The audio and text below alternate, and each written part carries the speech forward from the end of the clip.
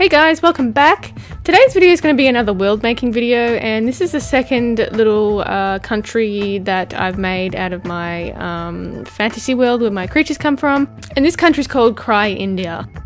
And I'm using the same technique as the first world, where I'm just pouring out some pasta, it can be rice or anything, and then drawing around it to make a island of some sort. Also something you can try out if you're into making worlds and stuff as well, so I really enjoy doing this sort of thing. So yeah, I'm going to develop it a little bit more, so you can keep an eye out for any future videos or for some more worlds and stuff like that. So let's get started with the lands.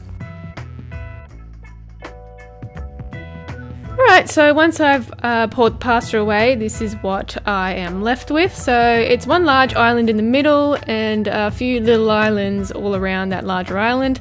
I really like the way this one turned out, much better than the first one that I did as well. So now I can go ahead and fill in all of the little areas and stuff. Right, so the first area is called Cove of Dragons, and it's kind of a beachy area.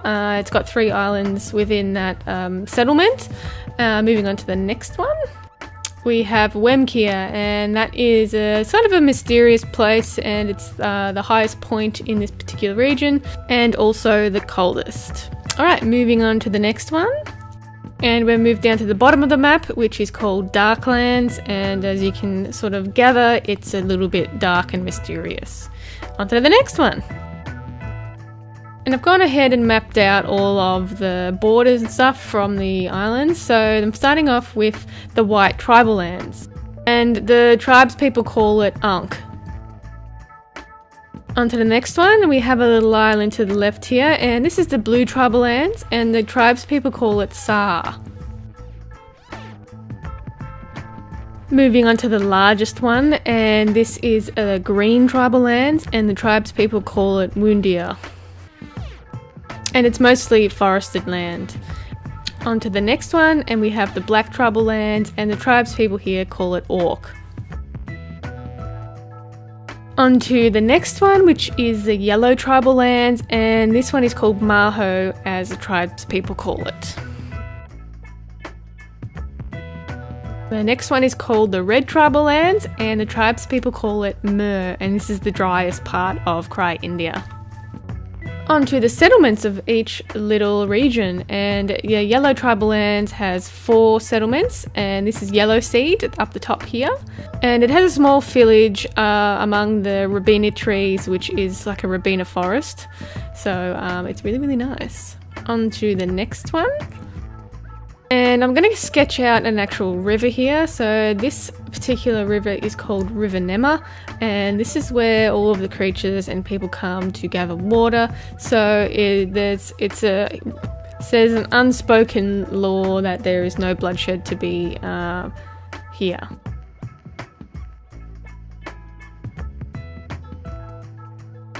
And next we have the Sun Village, and this is the most sacred place in Maho. It's where all the tribes people come to worship the sun god that they worship. And lastly we have Golden Point, where it gets its name from the colour that the sun casts on the rocks in there when dawn comes. Moving on to the Green Tribal Lands, and there are 5 regions, and starting off with Marshwood. And Marshwood is primarily swampland, so it's quite difficult to live in. Moving on to the next one, and we have Tribal Trees, and that is the main tribe village in the Green Tribal Lands, and it's mostly pine trees. Next we have Greenwind, and that is the most open area of all of the Green Tribal Lands, and the most windy place as well, so hence Greenwind. Next we have Cedar Cove, and this is primarily a cedar forest, so there is a tribe that live here, and they build their huts on the ground rather than in the trees like the Tribal Trees people. And lastly we have the Divine Forest, and this is another sacred place within the Green Tribal Lands, and this is where the tribes people come to pray to their deer god that they worship. Next, moving on to the Blue Tribal Lands, and there are 5 little settlements in this region. Starting off with the first one, and this is East Cliff, and this is really more of a like a watchtower where people can come and look over the green tribal lands. Next we have River Wilds, and this is sort of a crazy place where all of the creatures have a wild nature and stuff like that. The next one is called Blue Ridge, and this is another sort of chaotic area, but it is surrounded by pine forests and rocks as well.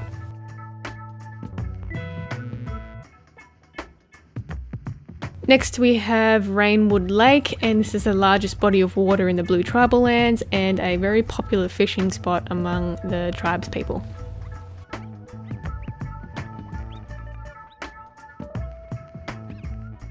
And lastly, we have the largest settlement, which is called Wolfwater, and it gets its name from the wolves that live here with the tribes people. On to the next one, which is the Red Tribal Lands, and there are 4 settlements in this region. So the first one, we're starting off with Murstone. Next, we're moving on to Ironwoods, and it's a drought-tolerant forest in amongst this dry land. Next we have the Red Range, and this is the driest part, and it gets its name from the colour of the landscape. Next we have the Tribal Deserts, and this is mainly a cacti area, so this place is full of cacti. And lastly we have Dark Post, so I think I said 4, but there's 5 actually. Onto the next one, it's called White Tribal Lands, and we're starting off with White Ash here, and it's the largest settlement in the White Tribal Lands. On to the next one, and we have Snowcap Vale, and this is the most mountainous region in this particular country. Next we have Clear Creek, and this has some of the clearest water in all of this particular region, so it's very renowned water. Next we have Frostwater, and this has a smaller settlement and little village here as well. Then over on the left here we have another sacred little village, and this is called Moon Village. And the tribes people here worship the moon goddess. And the next little region is the Black Tribal Lands, and it has 4 settlements, and the first one is Black River, and it gets its name from the black rocks that line the riverbed. Next we have Shadowed Wilds, and this is a volcanic region, and most of the mountains here are volcanic. Next we have the Dragon's Gate, and this is the sort of entrance point to the Cove of Dragons, so again a pretty sacred place. And lastly we have Darkwood, which is a really, really dark forest. It's pretty much pitch black all year round. Next we have the Cove of Dragons, and there are 3 islands, each with their own little landscape. So the first one is Dragonwood, and this is more of a foresty landscape. And the next one we have is Cinderstone, and this is more of a volcanic landscape.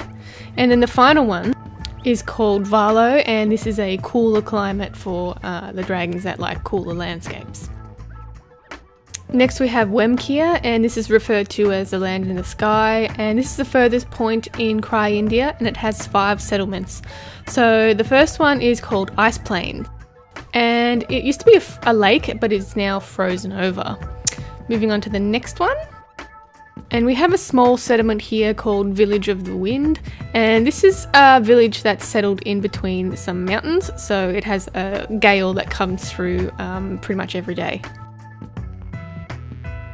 So I decided to add a little island here, and this island is called Crimea, and this is sort of where it's a little bit ancient, and a lot of ancient creatures come from this area, and it has a large settlement where they live in caves in this particular area. Next we have Frozen Willow, and despite it being cold, there is a forest that grows, but it's mainly covered in snow and ice all year round. And lastly we have Sky Garden, and this is kind of a royalty type place. It has it's the highest point in Wemkir, and it actually has quite a nice gardens up on the top of that. And the last region in Cry-India is Darklands, and it's full of weird and wonderful things. So the first little settlement is called Deadhelm, and it's full of a lot of bones and rocks and stuff. It's like a little settlement, a little village full of bones. Next we have Frigid Forests, and this forest is a little bit haunted and it's full of spirits and ghosts, so a lot of weird things happen here. Next we have Shadowed Vale, and this is a larger settlement and it's kind of like a wasteland in this area. Next we have Red Cove, and that gets its name from the type of algae that grows here, so it's a little polluted, making it that red colour. Next we have Blackwater River, and it gets its black colouring from the minerals that are found in the water, but it is safe to drink. Alright, so that is my map of Cry-India. And let me know in the comments below what you think about these world making videos, and I'll do more if you enjoy them, because I quite enjoy doing them. So that is it from me today, guys. I hope you enjoyed the video. If you did, give it a thumbs up and don't forget to subscribe. If you have any video requests, you can leave it in the comments down below. You can also check me out on Instagram and Facebook at Creatures of Nat. And you can also check out my shop on my website for any of these creatures that reside in this particular land. So thanks for watching, and I'll see you next time. Bye!